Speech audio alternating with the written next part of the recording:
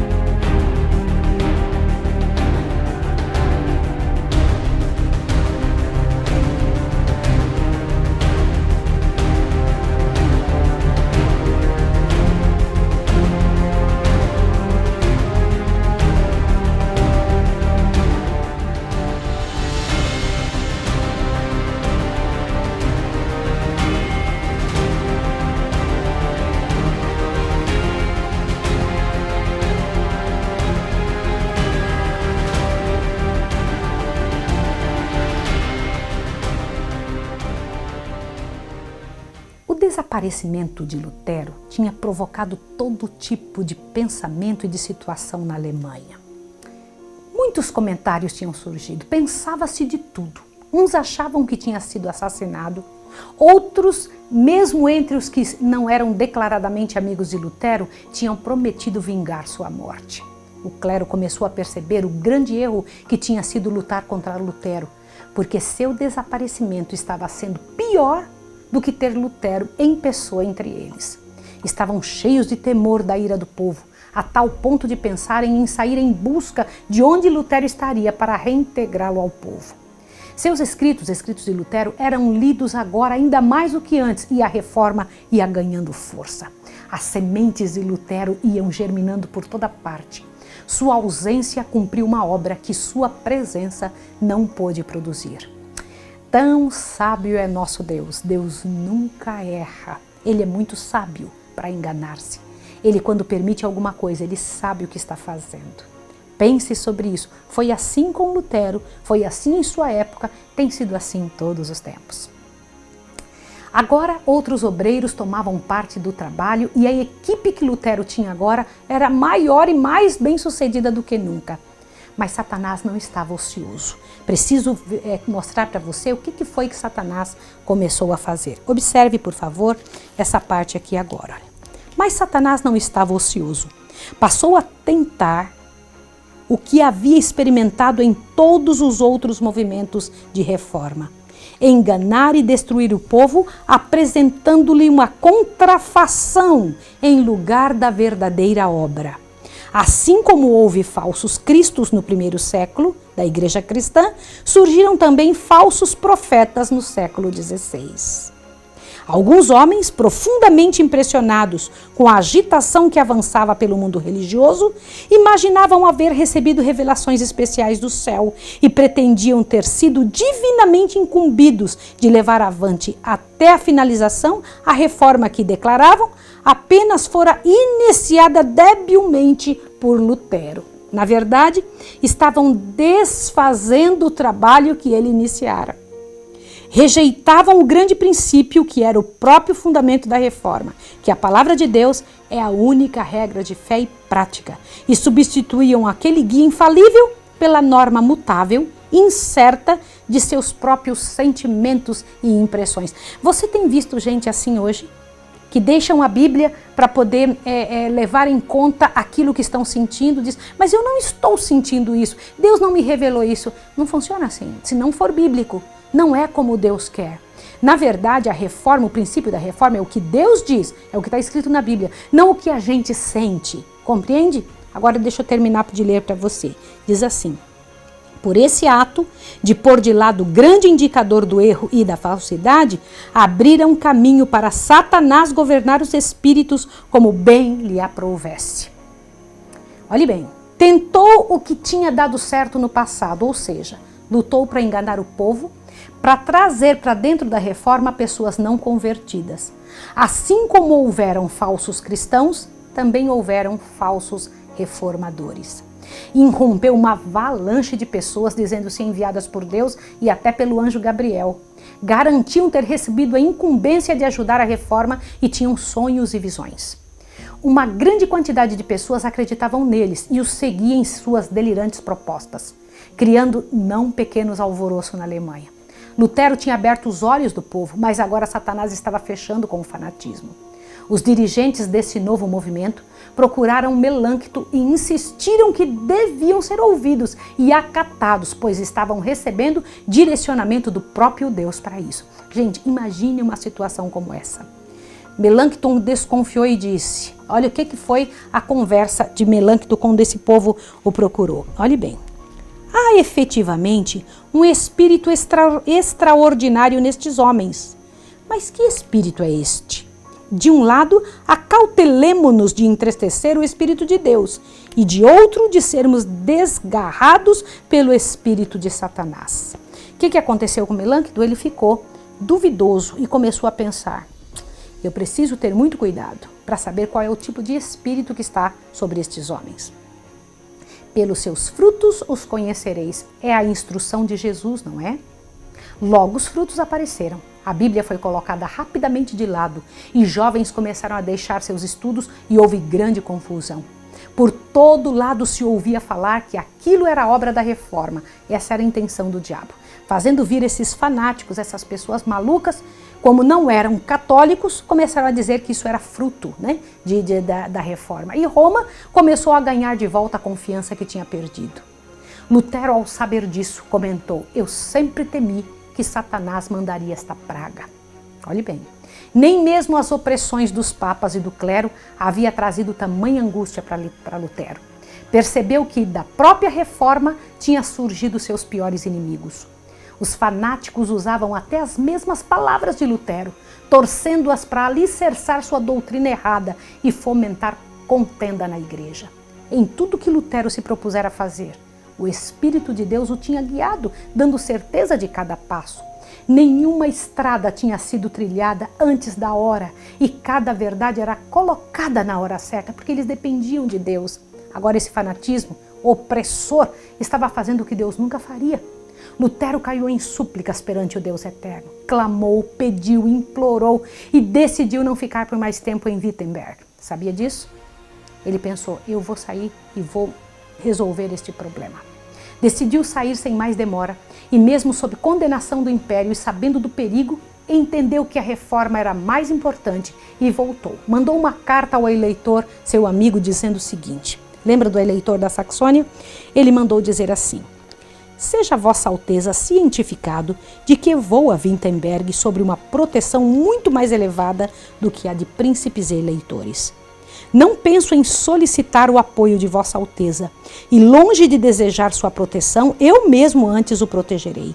Se eu soubesse que Vossa Alteza poderia ou quereria proteger-me, não iria de maneira nenhuma a Wittenberg.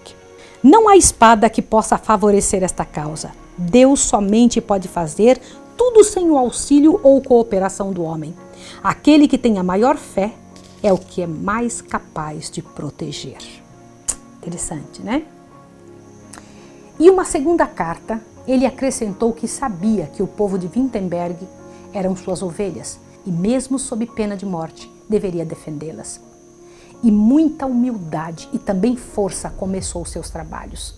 Ele tentava desarraigar a nova seita. Ninguém deve ser constrangido. A liberdade é a essência da fé.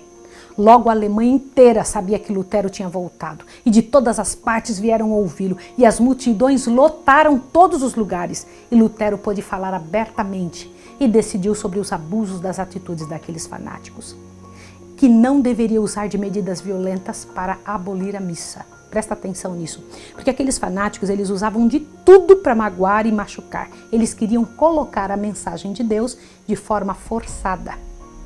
Suas palavras incluíam: a missa é coisa má, e Deus até se opõe a ela, deve ser abolida, porém não pela força. A Bíblia tem que falar. Era esta a palavra de Lutero. Temos direito de falar, mas não temos direito de forçar. Preguemos e o resto pertence a Deus. Quem usa da força para ganhar os adeptos não ganha o coração. Deus faz mais por sua palavra do que nós ou vós pela força do mundo inteiro. Deus trabalha no coração e ganhando o coração, tudo então está ganho. Isso não parece justo? Não é correto? Eu acho que é assim que se faz. Fé é um ato voluntário, ele dizia. Preguei e lutei pela verdade com a voz e nunca com a força. E qual foi o resultado? Enquanto eu dormia, Deus fez frutificar as palavras dele que tinham sido ditas. Vejam que até o imperador lhe vibrou a alma ao ouvi-la. Mas se eu tivesse permitido usar a força, como estaria inundada de sangue a Alemanha toda? Se tivesse feito isso, que resultado teria? Dizia Lutero. Semanas após semanas, Lutero pregou e aliviava as multidões, e Deus quebrou o encanto maligno que o fanatismo tinha trazido. Lutero não pretendia uma entrevista com os fanáticos, pois sabia que a probabilidade de serem eles comprometidos emocionalmente era grande, e sabia que talvez nunca aceitassem um só conselho. Mas por insistência deles próprios, Lutero os recebeu e foi tão claro com eles sobre o que entendia serem suas pretensões que eles saíram de Wittenberg imediatamente. Lutero era claro ao explicar para eles, né? O fanatismo sumiu por alguns anos, mas depois levantou-se ainda mais forte, trazendo suas desgraçadas vítimas. Lutero disse certa vez, olha o que foi que ele falou, quero ler para você, olha só. Essa parte eu acho muito importante porque nos esclarece. Aliás, o fanatismo, ele sempre vem. Toda vez que a verdade é levantada, o fanatismo vem atrás. Olha só. Para eles, as escrituras não eram senão letra morta. E todos eles começaram a clamar, o Espírito, mas certamente não seguirei para onde seu Espírito os conduz. Deus me guarde, pela sua misericórdia, de uma igreja onde só há santos. Desejo associar-me aos humildes, fracos, doentes, que conhecem e sentem seus pecados e que do fundo do coração gemem e clamam continuamente a Deus para obter dele consolação e apoio. Eu achei as palavras de Lutero extremamente certas e corretas. Aquele que está perto do Senhor luta para poder salvar pessoas. Percebe o coração envaidecido daqueles que se dizem tão perto de Deus e desprezam o coitado do pecador. Thomas Müntzer era um destes fanáticos. Embora eloquente, muito decidido, esquecia-se que as exigências têm que valer primeiramente para si mesmo. Se opôs a Lutero e acusava Lutero de ter inventado outra forma de papado, mas se dizia o verdadeiro líder. Ele se achava, o Müntzer se achava o líder da reforma e entendia que teria que ganhá-la pela força. Os ensinadores fanáticos eram dirigidos por impressões e eram levados a extremos. Uma certa vez acharam que deveriam queimar a Bíblia, porque a letra mata. Suas doutrinas eram recebidas por milhares. O orgulho e a posição era isso que eles buscavam. Logo disse que não deveria seguir os príncipes e nem o Papa, e começaram então a dar vazão a todo desejo independente. Veja que interessante. Estes grupos fanáticos, eles começam primeiro com um ponto, daqui a pouco eles crescem para outro e outro e chamam isso de entender e compreender toda a luz. Mas veja, eles achavam que a missa era ruim, daqui a pouco a Bíblia foi tirada, daqui a pouco eles não aceitavam nenhuma ordem civil, não era só do Papa, não era nenhuma ordem eles aceitavam, nenhum tipo de autoridade sobre sua vida. Não é sério isso? Seguia-se as mais terríveis cenas de sedição e contenda, e os campos da Alemanha ficaram banhados de sangue. A agonia que enchia o coração de Lutero era maior do que ele podia suportar. Em Erfurt, as consequências do fanatismo tinham trazido muita vergonha para a causa da reforma.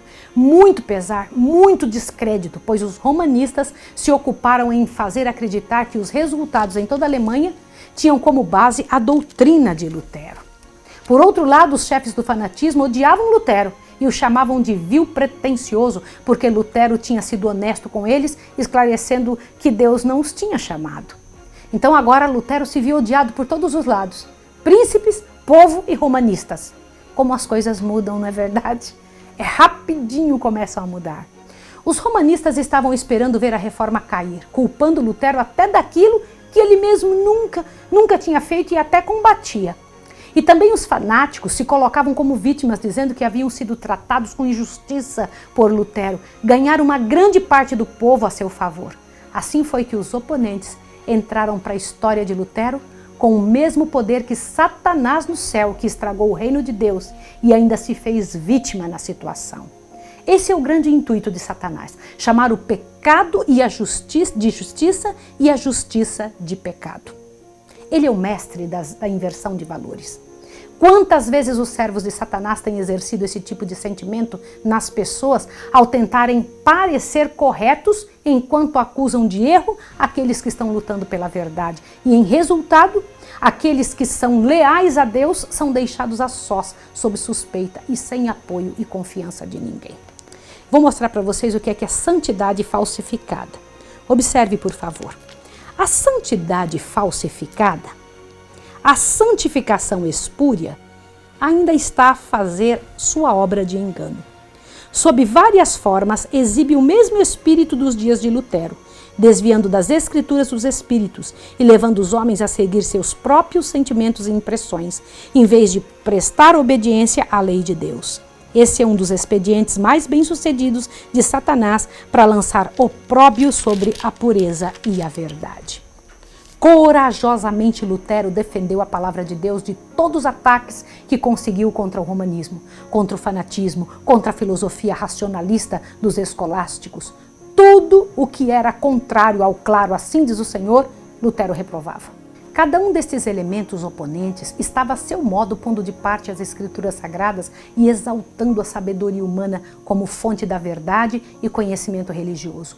O racionalismo deifica a razão e dela faz o critério para a religião. O romanismo, pretendendo para seu soberano pontífice uma inspiração que descende ininterruptamente dos apóstolos e que é imutável em todos os tempos, dá ampla oportunidade para que toda espécie de extravagância e corrupção se ocultem sob a santidade da comissão apostólica. A inspiração pretendida por Munzer e seus companheiros não procedia de uma fonte mais elevada do que as divagações da imaginação e a sua influência era subversiva a toda autoridade humana ou divina. O verdadeiro cristianismo recebe a palavra de Deus como grande tesouro da verdade inspirada e como a prova de toda inspiração. De volta a Hartburgo, Lutero completou a tradução do Novo Testamento, que logo foi entregue a toda a Alemanha, que recebeu com grande alegria e foi escarnecido e rejeitado pelos que amavam a tradição e preceitos dos homens. O clero ficou alarmado quando soube que o povo comum podia discutir com ele sobre os preceitos da palavra de Deus e que a própria ignorância do clero seria exposta e imediatamente conseguiram um meio de destruir e impedir que essa Bíblia fosse espalhada. Mas o povo estava extasiado e altamente, literalmente faziam da Bíblia sua comida e bebida, seu sono, sua diversão, sua alegria, sua vida. Decoravam partes das Escrituras e levavam consigo em todas as partes. Logo Lutero começou a traduzir o Antigo Testamento, publicando tão rápido quanto podia e distribuindo nas mãos do povo comum em grande quantidade. Isso não é maravilhoso? Os escritos de Lutero eram bem aceitos e tudo que era composto logo era divulgado, distribuído pelo povo de mão em mão, cada um ia entregando para o outro, nas escolas, nas aldeias, nos lares, nos ajuntamentos, em cada local, ricos e pobres, cultos e doutos, as pessoas eram convencidas da verdade mais que em qualquer parte do tempo. A exposição de tua palavra dá luz e entendimento aos simples. Salmos 119 e 130. E era isso mesmo que estava acontecendo com o povo. A doutrina dos romanistas os fazia sentirem um jugo de ferro que os retinha na ignorância e degradação, mas a palavra de Deus os aliviava e fortalecia o intelecto, dando alvo e foco às multidões, despertando neles as capacidades adormecidas. Podia-se ver pessoas em todas as partes com a Bíblia nas mãos e a perguntar aos padres por que eram ensinados diferentes do que a palavra de Deus indicava. E se revelou uma falta de conhecimento que todo o clero possuía. É terrível, deve ter sido muito difícil. Assim, soldados, camponeses, iletrados, mulheres, crianças conseguiam explicar as claras verdades do Evangelho com facilidade, enquanto que padres e ilustres doutores mostravam que viviam em profunda e vergonhosa ignorância. Logo se viu jovens construindo um saber e um poder na palavra como nunca se havia visto. E em todos os lugares se podia perceber qualquer um que tivesse estudado a palavra de Deus a defendê-la de maneira muito capaz e digna. E enquanto os doutores do catolicismo caíam no merecido descrédito.